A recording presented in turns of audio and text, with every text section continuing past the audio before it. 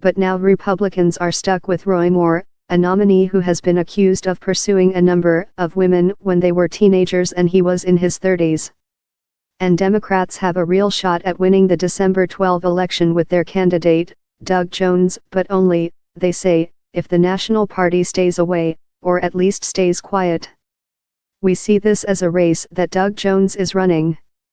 He's running it with Alabama people, and it's going to be decided by Alabama voters. We're really not looking for outside help, said Giles Perkins, an attorney who is chairman of the Jones campaign. There's been a significant amount of debate on the left about whether Democrats should do more to help Jones, reflecting a long-running frustration that the National Party doesn't invest enough in candidates in traditionally red states. So far, the National Party hasn't thrown a bunch of money in the race.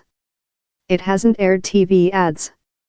And the only big-name surrogate who has gone to Alabama to campaign for Jones is former Vice President Joe Biden, although that was more because Biden and Jones have been friends for decades rather than as part of a major push by the party. That isn't to say that Democrats are ignoring the race. A Democratic operative said they are working behind the scenes to provide strategic support to the Jones campaign, just to make sure the Alabama staff has everything it needs to succeed.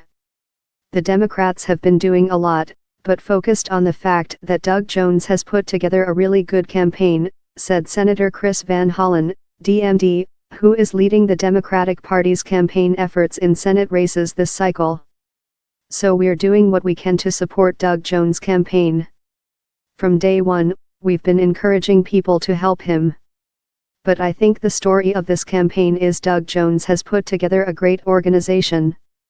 Strategists say the party is trying to learn from its mistakes when it comes to Alabama. How does it support a viable candidate in a tough race while not going in too heavily and ruining his chances? Ultimately, the money didn't matter and potentially hurt Ossoff. Republicans successfully tied him to the National Party and fearmongered about how he would be a tool of House Minority Leader Nancy Pelosi and her liberal California politics. The race became all about Ossoff and the National Democratic Party. Sure, it excited Democrats, but it also excited Republicans. And in a district where Republicans hold the advantage, that meant Handel won. That same calculus is playing out in Alabama's Senate race. Republicans have an even greater advantage among that electorate. So Democrats have three main objectives. On the first objective, Representative John Lewis, DGA, a civil rights icon who was born in Alabama, has come to the state to campaign for Jones.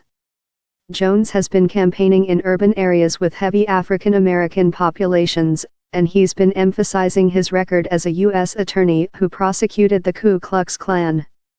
In order to persuade more mainstream Republicans to vote for him, Jones has been stressing his desire to work across the aisle and recently released TV ads with Republicans talking about why they will be pulling the lever for a Democrat on Election Day.